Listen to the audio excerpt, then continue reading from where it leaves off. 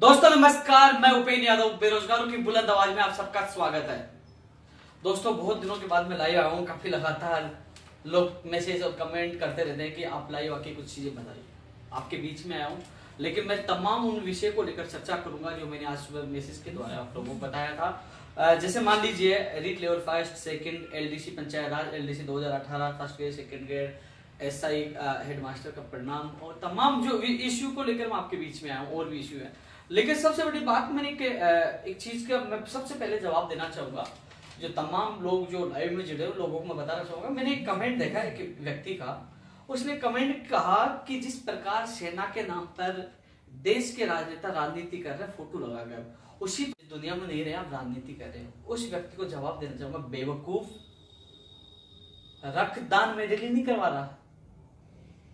मेरे तो बहुत मित्र जो नेता लोग रक्तदान करवाते, मेरे बहुत मित्र, मुझे आवश्यकता पड़ेगी ले आऊंगा, इसलिए नहीं करवा रहा। जब मैं दिल्ली गया हुआ था, मेरे एक व्यक्ति का फोन आया मेरे पास और उस व्यक्ति ने मुझे कहा कि भैया मुझे ब्लड चाहिए, बूंदिया कोटा का था, मेरे भाई का एक्सीडेंट हो गया। मैंने कहा भैया मैं दिल्ली हूँ, मैं कल आके दे सकता हूँ। जब दूसरे दिन मैंने फोन किया तो वो कहा कि भैया वो मेरे भाई दुनिया में नहीं रहा। तब मेरे दिल में ठेस पूछी कि मैं किसी की सहायता नहीं कर पाया, तो इसलिए मैंने सोचा कि रक्तदान करवाकर, एक महादान है, सबसे बड़ा सेवा का कार्य है कि ये अभियान में चलाकर कहने की किसी व्यक्ति की मैं सहायता कर सकूं। और इसी को जोड़ते हुए जो हमारे सतीश जी सोनी और राजवीर जी चौधरी, इनकी स्मृति में कम से कम इन लोगों को लोग भुलाए नहीं, इन लोगों की याद सबके दिलों में रहे। इसलिए मैंने यह निर्णय लिया था।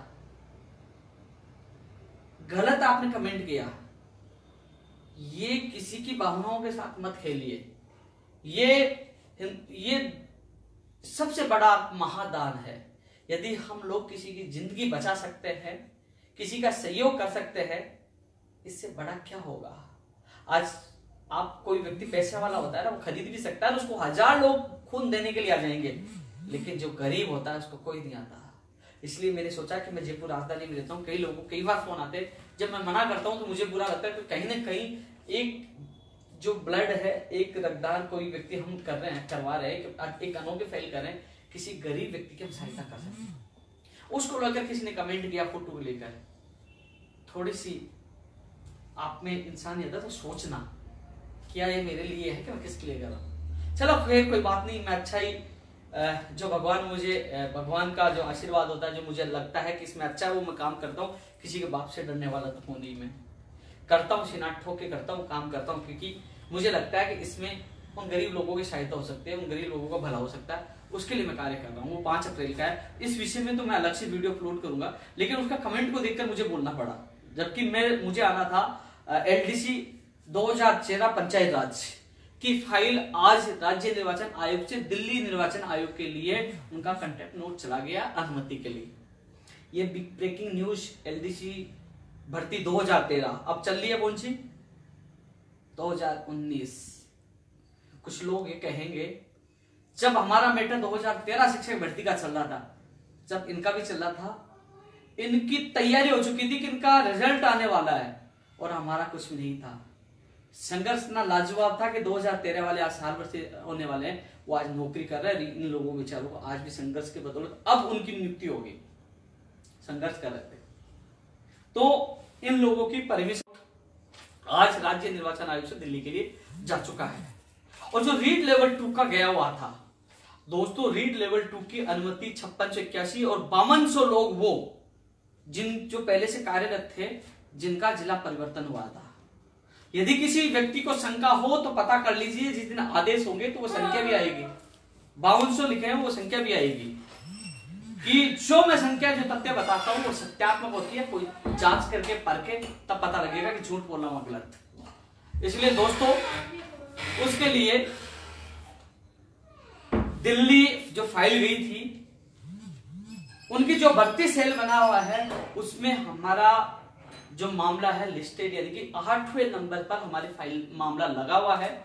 जिस दिन मीटिंग होगी भर्ती सेल के अधिकारी जो है चुनाव आयोग में, उस दिन वहां से परमिशन के आदेश हो जाएंगे। काफी लोग मुझे कहते हैं कि हरियाणा के आदेश की कॉपी दिखा रहे हैं। भैया मुझे सब पता है, इसलिए मुझे पता है हम वर्क धरातल पे काम कर रहे हैं, तभी तो हमें ये भी पता है कि दिल्ली में 8वें नंबर पर हमारी फाइल जो है, हमारा मामला है। जब भी वहां लगेगा, जो मीटिंग होगी, जब हमारा निस्तारण होगा। संभावना इस सोमवार को मीटिंग हुई थी, जब भी मीटिंग हो, यानी कि इस वीक में भी मीटिंग हो सकती है, यदि नहीं होती तो अगले वीक में जब मीटिंग होगी तो अपना मामला वहां से अनुमति हमें मिल जाएगी। इसलिए रेट लेवल 2 के जो नियुक्ति का इंतजार करना है, फिर तो कितना कह सकता हूँ, इस वीक में मीटिंग हो जाए तो आपको वहां से हरी झंडी मिल सकती है, अन्यथा अगले वीक में ही मीटिंग होगी।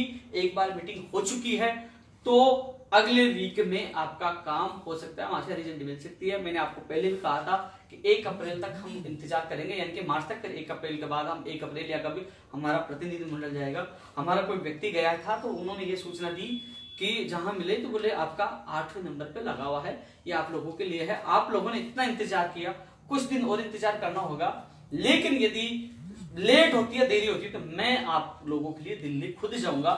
लेकिन जो ये वीक के भी बहुत दिन, 2-3 दिन ही बचे हैं, शनिवार और संडे को वहां छुट्टी रहती है, मान लो संडे को छुट्टी रहती है, लेकिन दिल्ली मुझे जाना होगा तो मैं जाऊंगा।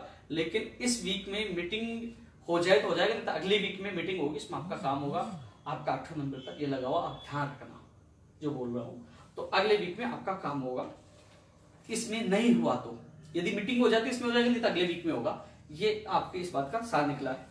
इसके अलावा दोस्तों, रीड लेवल प्रथम के काफी लोग देख भी रहे होंगे। दोस्तों, आप सब लोगों ने प्रयास किया, मेहनत की, मैं आप सबको बहुत बहुत धन्यवाद देता हूं। अपने स्तर पर एमएलए, मंत्री सबसे मिल रहे हो, तो दोस्तों इसका परिणाम यह है कि तारीख तक इन जिला परिषद, जो सभी जिला परिषदों को बीकानेर निदेशालय में डेटा सहित वहां बुलाया, उनको पाबंद किया गया है।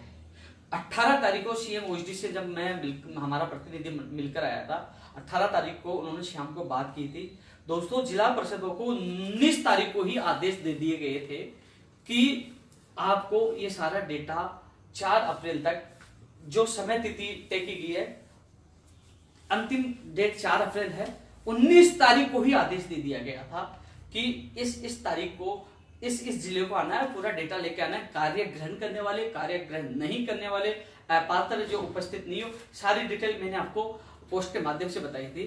तो वो 4 अप्रैल तक, यानी कि अब मैं कोशिश यही करूंगा दोस्तों, क्योंकि अब मान लीजिए मैं डिप्टी सीएम साहब से मैं मिलकर आया था, उन्होंने फोन किया था, तो उन्होंने डेटा के लिए कहा था कि साहब डेटा अभी हमने मंगवाया है, 4 तक के लिए है। तो दोस्तों दोबारा मैं सीएम, डिप्टी सीएम और शिक्षा मंत्री जी से 4 तारीख के बाद तुरंत 5 तारीख को, क्योंकि 4 तारीख तक तो वो अपने किसी से भी फोन करवाएंगे तो यही कहेंगे कि 4 तारीख तक तो हमने डेटा मंगवाया है। तो दोस्तों 4 तारीख तक तो जिला परिषदों से वहां डेटा पहुंचेगा, लेकिन 5 तारीख को मैं कोशिश करूंगा डिप्टी सीएम या सीएम साहब और या शिक्षा मंत्री से मिलकर जल्द से जल्द काम करवाने के लिए। हालांकि शिक्षा मंत्री जी खुद भी पॉजिटिव है, मॉनिटरिंग कर रहे हैं, उन्होंने लेवल 2 के लिए भी पूरा सहयोग किया है, पूरा सहयोग गोविंद सिंह डोटासरा जी कर रहे हैं। लेकिन 4 तारीख तक तो अधिकारी उनको यही कहेंगे कि हम डेटा मंगवा रहे हैं। इसलिए दोस्तों काफी लोग ये कह रहे हैं कि डेटा तो पहले आ चुका था, नहीं, ये गलत सूचना। आप जिला परिषदों में पता कर लीजिए कि जो मैंने टाइम टेबल डाला है, जो तारीखें डाली है, उन तारीखों के अनुसार उनके जो अधिकारी, जो प्रभारी है भर्ती परीक्षा के, उन लोगों को उसी दिनांक पर बीकानेर बुलाया है पूरे डेटा के साथ। ये फैक्ट और सही न्यूज है। 19 तारीख को ही आदेश हो चुके थे उनको डेटा, जो मीटिंग जो बीकानेर बुलाई उसके लिए। तो 4 तारीख तक थोड़ा मुझे पता है आपको लेट हो रही, मुझे पता है, लेकिन 4 के बाद हम छीना ठोक के कह सकते हैं इनके पास डेटा आ चुका, आप रिजल्ट निकलवाए। तो 4 के बाद, हालांकि अभी प्रयास करते रहिए, अभी भी जैसे मान लो आप प्रयास कर रहे हो, लेटर पेड में लिखा, बहुत सराहनीय काम है, उन पे कम से कम ये तो लग रहा है कि हाँ ये मुद्दा बड़ा है, प्राथमिक है, 8000 लोगों का सवाल है, तो दोस्तों उसको प्राथमिकता से लिया जाएगा। और कहीं कि हम लोगों का जो कोशिश कर रहे हैं कि 10 तारीख तक हमारा वेटिंग रिसफल पढ़ना है, उसे कामयाब हो सके। आपको यूं ही काम करना है। राजस्थान बेरोजगार एकीकृत महासंघ बेनतल सब जगह ज्ञापन देना है। 5 तारीख को मैं पुनः प्रयास करूंगा, कम से कम ये तो निश्चित हो गया कि 4 तारीख को पूरा डेटा आ जाएगा।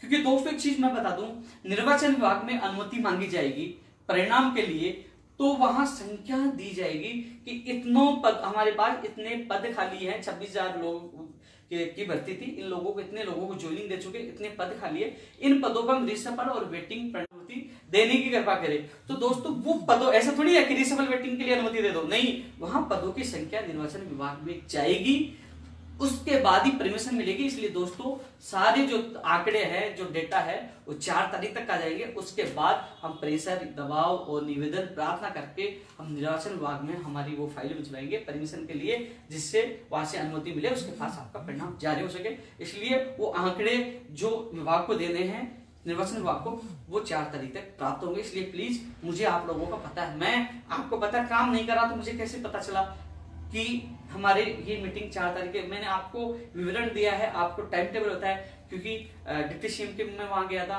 सीएम ओएसडी साहब से मेरी बात हुई, उन्होंने कहा कि मेरी बात हो चुकी है, वो इस काम में लगे हुए हैं। तो लगातार मैं कोशिश कर रहा हूँ, शिक्षा मंत्री जी भी पॉजिटिव, उनसे मैं बात कर रहा हूँ। लेकिन दोस्तों 4 तारीख तक आपको इंतजार करना होगा। उसके बाद आपको पता है मैंने कहीं भी कमी नहीं छोड़ी है, आपके साथ शुरू से लेकर एंड तक हूँ। जब तक आप स्कूल में जाओगे, जब तक आपके साथ रहूंगा। दोस्तों इसके अलावा टेक्निकल हेल्पर की फाइल 16 तारीख को मुख्य सचिव साहब के पास, जो स्क्रीनिंग कमेटी की के जो अध्यक्षता कर रहे हैं, मुख्य सचिव साहब के पास फाइल भेजी थी परिणाम के अनुमति के लेने की, क्योंकि स्क्रीनिंग कमेटी से होकर जीएडी और जीएडी से फिर निर्वाचन विभाग में जो आपकी फाइल जाती है, तो वहां निर्वाचन विभाग में आपकी फाइल की हुई है। तो मैं इसके बारे में, कल छुट्टी है, परसों तक पता करूंगा कि वो दिल्ली निर्वाचन आयोग में इस फाइल को भेजे कि नहीं भेजे, क्योंकि परमिशन होने के बाद ही आपका परिणाम आएगा।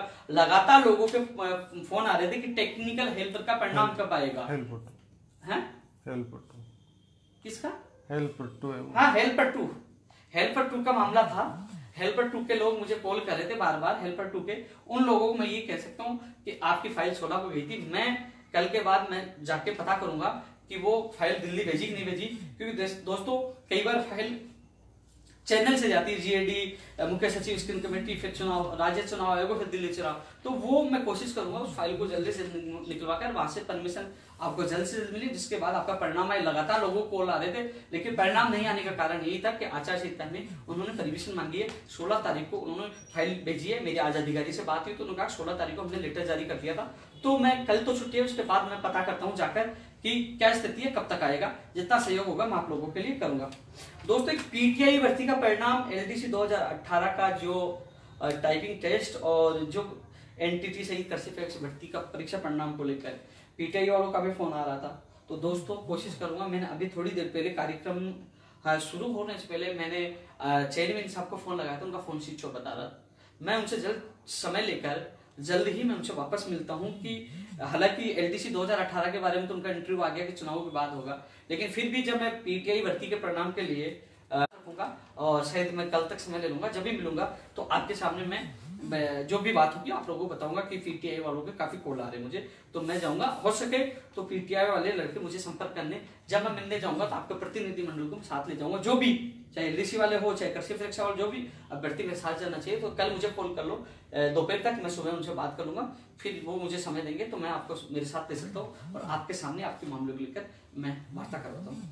इसके अलावा दोस्तों एसआई हेडमास्टर वरिष्ठ अध्यापक भर्ती 2018 का परिणाम, मुझे अफसोस होता है, घर बैठे बैठे लंबे लंबे कमेंट करते हैं परिणाम नहीं आया, ये चाल हो गई, ये राजनीति हो गई। भैया कभी घर से निकले क्या? मैं तो जयपुर से निकलकर अजमेर जाके आया हूँ, खुद के पैसे, यानी कि 2-2.5 हजार का गाड़ी का तेल भी जलाया, टोल टैक्स भी दिया।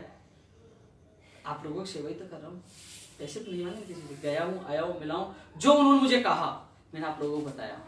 वो आरपीएससी संस्था में झगड़ा नहीं कर सकते। अभी आचार संहिता लगी हुई है, वहां धरने प्रदर्शन की मैंने अभी 10 अप्रैल के लिए कहा था, 9 तक इंतजार करेंगे। लेकिन मैंने वहां, जब मैंने एसपी कार्यालय में वहां बात की कि साहब हमें धरना प्रदर्शन परमिशन चाहिए, तो उन्होंने साफ मना कर दिया कि चुनाव आचार संहिता लगी हुई, आपको परमिशन नहीं दी जाएगी, आप 1-2 लोग जा सकते हो।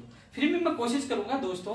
कई लोग कहते हैं कि आपने 9 अप्रैल के लिए कैसे कह दिया, तो भैया यहाँ एक इंसान हूं मैं, कभी चुनाव आयोग, कभी सचिवालय, कभी अधीनस्थ बोर्ड, कभी शिक्षा संकुल, कभी दिल्ली, कभी क्या, कहाँ जाऊंगा मैं? मेरे पास 9 अप्रैल तक समय नहीं है, पर्सनल जिंदगी भी है, परिवार भी है, सब कुछ है।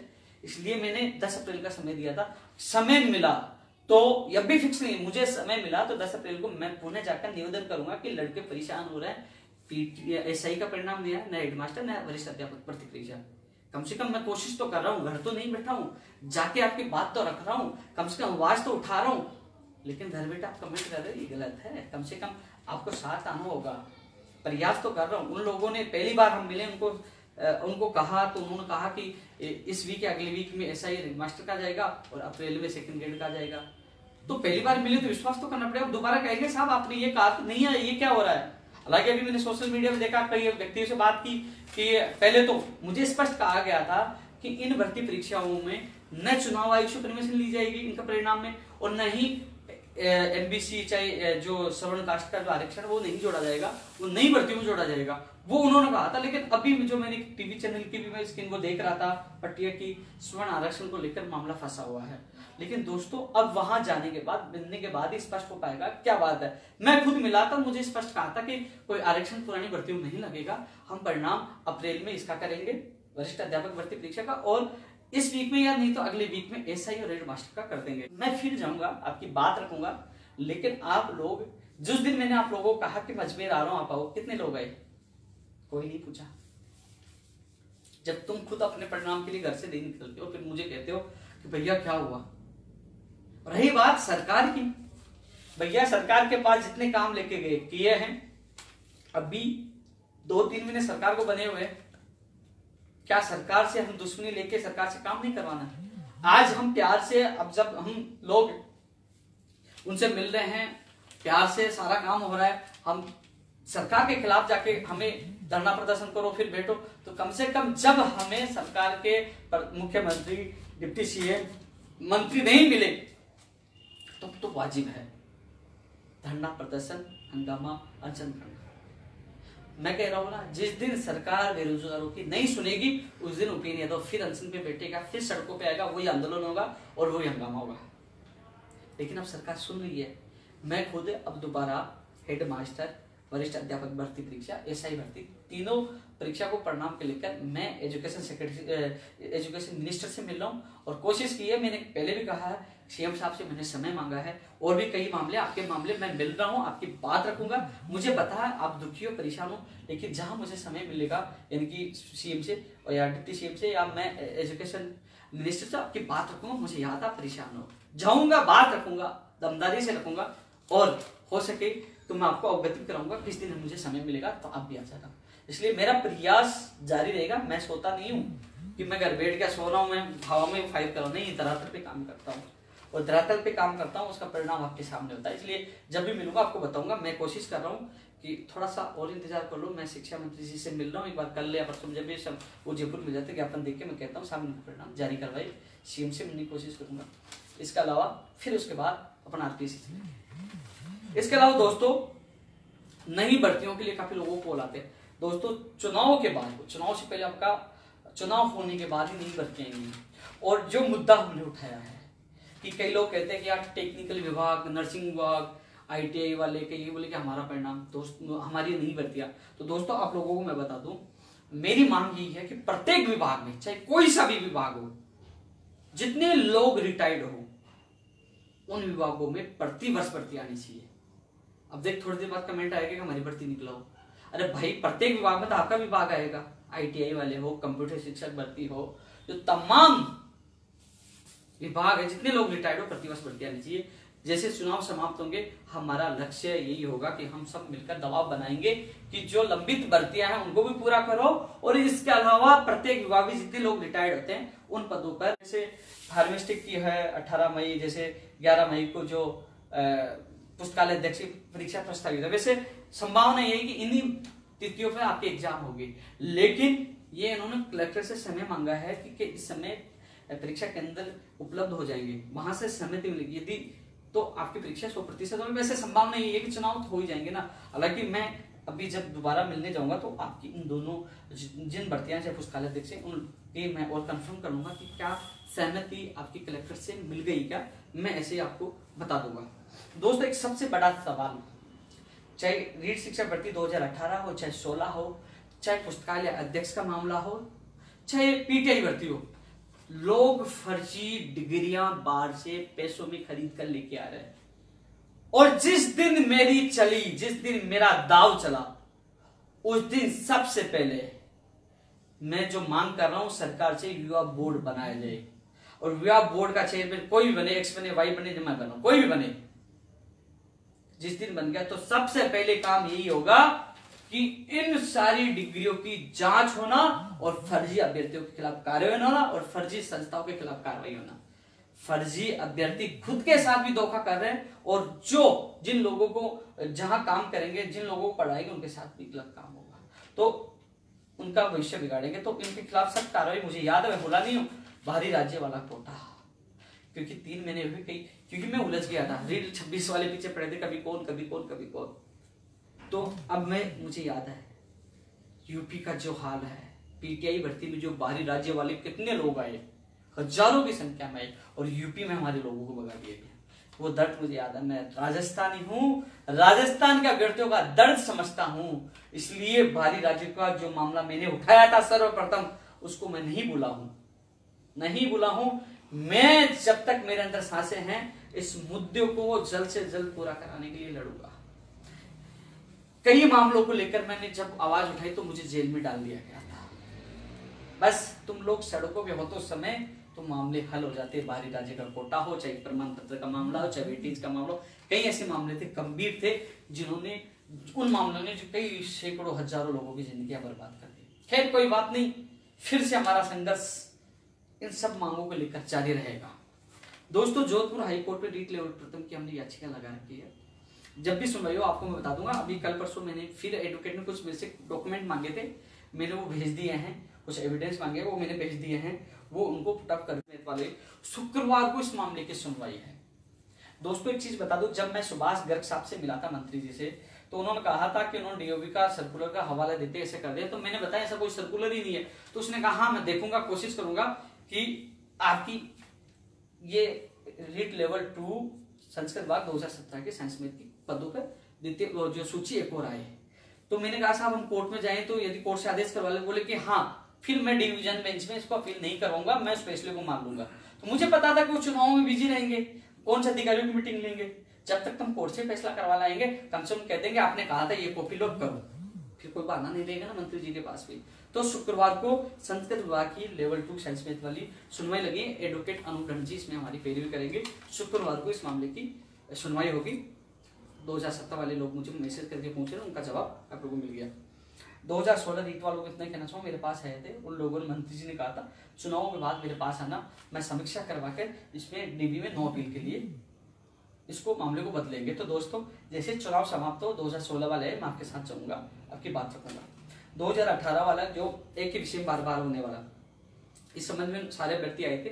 वो मामला जो न्यूज में सब जगह चला, वो हमारे द्वारा यानी कि मैंने खुद ने उन लोगों के साथ बैठकर पूरा मामला बनवाया, पूरे मामले को उजागर किया कि क्या कितने 3000 से ज्यादा सीटें खाली रही थी। कोशिश रहेगी उन सीटों पर वापस एक और सूची जारी हो, जिससे अन्य अभ्यर्थियों को मौका मिले।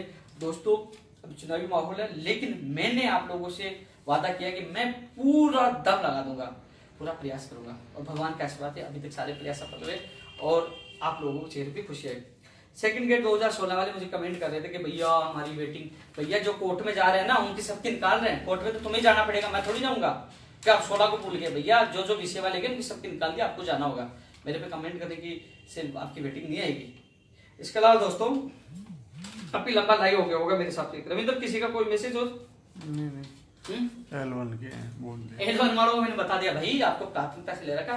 हाँ दोस्तों, इस वीडियो को ज्यादा से ज्यादा शेयर करना है और न्यूज के लिए, यानी कि कई बार मैं बीच में रहता हूं तो छोटा सा वीडियो बनाकर उपेन यादव बेरोजगार मासन यूट्यूब चैनल है मेरा, एक ही यूट्यूब चैनल है उपेन यादव बेरोजगार मासन के नाम से, इसमें 20,000 से ज्यादा सब्सक्राइबर, उसी पे मैं अपडेट करता हूं। आप लोग वहां जुड़े, वहां आपको अपडेट मिलती रहेगी। इसके अलावा दोस्तों ट्विटर मैंने एक नया बनाया है, 600-700 लोग जुड़े, उसमें 12,000 के करीब लोग जुड़े होते, लेकिन किसी असामाजिक तत्व ने उसको हैक किया है। उससे पहले मेरी यूट्यूब चैनल जिसमें 58,000 सब्सक्राइबर थे, जिन लोगों को सही समय पे जानकारी मिलती थी, लेकिन पता नहीं किसके पेट में दर्द चला, कभी यूट्यूब को हैक कर दिया, कभी ट्विटर को हैक कर दिया, कभी मेरी फेसबुक फर्जी आईडी बनाते हैं। लेकिन सबसे अच्छी बात निकल के आई कि जैसे डॉक्टर साहब को दिया था, तो इस मामले में एसओजी जांच कर रही है। कल मुझे एसओजी के अधिकारी सीआई साहब ने मुझे बुलाया है कि आपके मामले में आकर जो भी जानकारी दीजिए, कल मैं उनको पूरी जानकारी उपलब्ध करूंगा। तो कहीं ना कहीं एसओजी जांच करेगी, तो कहीं ना कहीं उन लोगों को भी पता तो सबक मिलेगा कि जो बार बार हरकतें कर रहे हैं, कभी ऐसा करने से क्या होगा यार। किसी गरीब व्यक्ति किसी व्यक्ति तक सूचना ही जा रहे हैं, उन लोग जानकारी प्राप्त कर लेते हैं कि क्या हो रहा है, तो आपको इनको हैक करने से क्या, वो तो दोबारा जुड़ जाएंगे। यूट्यूब दूसरा बना लिया आपने हैक किया, तो आपने ट्विटर हैक किया तो दूसरा बना लिया। कितनी बार आप हेल्प करते रहिए, मैं बनाता रहूंगा, कोई फर्क नहीं पड़ेगा। मैं हार नहीं मानने वाला, इतना दम है तो मैं लगा लेने का, किसी की बात से नहीं डरता, सच्चाई और ईमानदारी से काम करता हूँ। डरता वो हो जो बेईमान हो, गलत हो। इसलिए दोस्तों, आप लोगों का प्यार और स्नेह मेरे साथ है, आप लोगों का साथ मेरे साथ है। हिंदुस्तान की कोई ताकत नहीं जो मुझे झुका सके, मुझे तोड़ सके। इस वीडियो को, इस लाइव को ज्यादा से ज्यादा शेयर करना है। उपेन यादव बेरोजगार मासिक के नाम से मेरा यूट्यूब चैनल है, उपेन यादव ऑफिशियल के नाम से मेरा ट्विटर अकाउंट है। आप लोग ज्यादा से ज्यादा लोग वहां जुड़े, जो भी सूचनाओं के मैं अपडेट करता रहूंगा, आपके बीच में हमेशा आता रहूंगा। और जो व्यक्ति जो 5 अप्रैल को जो रक्तदान शिविर में आयोजित कर रहा हूँ, वो मानव हित में यदि इस अभियान में कोई जुड़ना चाहता है, कोई किसी की जिंदगी बचाना चाहता है, तो 5 अप्रैल में आप सब इच्छा से, मेरे दबाव से मत आना कि उपेन यादव ने बेरोजगार को दबाव बनाया, खून निकला, नहीं। मैं भी किसी व्यक्ति की जिंदगी बचाना चाहता हूं जो गरीब हो, किसी के जो सामर्थ्य नहीं हो, आर्थिक स्थिति कमजोर हो। मैंने किसी व्यक्ति की परिस्थिति देखने के बाद मैंने सबक लिया है कि शायद मैं उस दिन पहुंच पाता, दिल्ली नहीं होता, जयपुर होता, उसका सहयोग कर पाता, तो किसी एक व्यक्ति की जिंदगी बचा पाता। लेकिन नहीं, अब भविष्य में ऐसा ना हो, इसलिए मैं 5 अप्रैल को मेरे 2 वीर साथी सतीश सोनी जी जो मेरे प्रदेश महासचिव थे, और इसके अलावा राजवीर चौधरी जो टोंक से है, जो रीट में चयनित थे 121 नंबर थे, इन दोनों की स्मृति में एक पहला रक्तदान शिविर आयोजित कर रहा हूं जो अनेक लोगों की जिंदगी बचाने का काम करेगा। ये रक्तदान सबसे बड़ा महादान है और ये आप सबको इसमें हिस्सेदारी लेकर इस महादान में सहयोग करना चाहिए, जिससे कहते हैं ना कि हर अच्छे काम में जो शामिल होता है उसके साथ भगवान हमेशा अच्छा काम करता है। इस वीडियो को, इस लाइव को ज्यादा से ज्यादा शेयर करना है, आपके बीच में आता रहूंगा। जय हिंद, धन्यवाद।